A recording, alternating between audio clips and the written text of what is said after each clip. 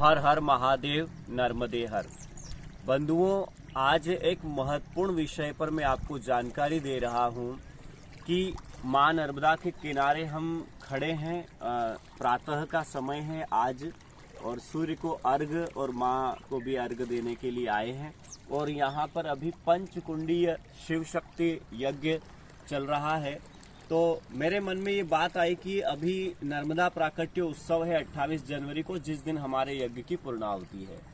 तो नर्मदा माँ में कई लोग दीपदान करेंगे, लाखों करोड़ों लोग दीपदान करेंगे, लेकिन दीपदान का महत्व क्या है, क्या सही तरीका है, उसके अनुसार यदि हम दीपदान करें तो हमारे जीवन में सुख शांति प्राप्त होगी और सही तरीके से करें वो ज़्यादा लाभदायक होगा। इसलिए बंधुओं, आप आटे में थोड़ी सी हल्दी डाल के, नमक नहीं डालें और आटे के छोटे छोटे दिए बनाए और उसमें फूल बत्ती और घी के द्वारा, और या तो आप पलाश का पत्ता, पलाश यानी खाकरे का पत्ता, या पीपल का पत्ता या बड़ का पत्ता, उस पत्ते के ऊपर रख के आप दीपदान करिए। यदि वो दीपदान हम करेंगे तो उसके 3 प्रकार के हमें लाभ होगा। दीपदान से माता प्रसन्न होगी और दीपदान करने से भाग्योदय होता है। जीवन के अंधकार दूर होकर जीवन में प्रकाश आरंभ होता है। ये दीपदान किया जाता है। बंधुओं, जब वो दीपक पूर्ण हो जाएगा, आपने जो नर्मदा माँ में दीपदान किया, तो उसमें बच जाएगा आटे का दीपक। वो दीपक मछलियाँ खा लेगी। मछलियों को अगर आटे की गोलियां हम डालते हैं तो उससे ऋण मुक्ति होती है, उससे कर्ज निवारण होता है और कई प्रकार के हमारे जीवन, मनुष्य जीवन में ऋण होते हैं, उन ऋण से मुक्ति होकर दरिद्रता दूर होती है।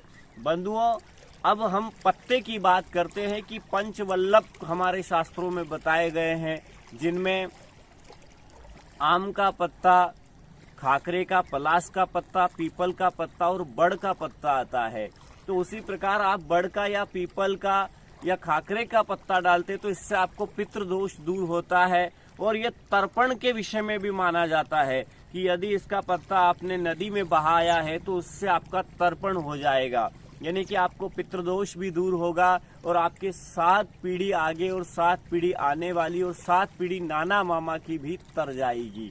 और उस पत्ते से जो हमारी नर्मदा नदी के अंदर गंदगी भी नहीं होगी। अगर हम दोना उपयोग करते हैं तो उसमें प्लास्टिक उपयोग होता है और वो प्लास्टिक कहीं न कहीं मां नर्मदा के अंदर गंदगी फैलाता है। इसलिए बंधुओं, आप प्राकृतिक तरीके से अगर इस उपाय को करेंगे, जो हमारे शास्त्रों में बहुत महत्वपूर्ण है, वो आपके लिए लाभदायक होगा। अतः मेरा आप सभी से आग्रह है, निवेदन है एक धर्म गुरु होने के नाते, कि आप आटे का दिया बनाए, उसमें थोड़ी हल्दी डाल दे। वो औषधि का कार्य करता है, इसलिए उस औषधि डालने के बाद आटा को अशुद्ध नहीं होगा। कहीं भी अशुद्ध जगह आप चले गए, आप बीच में आ रहे, नर्मदा के बीच में कोई ऐसी स्थान, तो उस प्रकार से आप ये दीपक, आटे का छोटा सा दीपक, उसमें फूल बत्ती और बड़ का पत्ता, पीपल का पत्ता या पलाश या खाकरे का पत्ता के ऊपर आप रख के दीप दान करिए।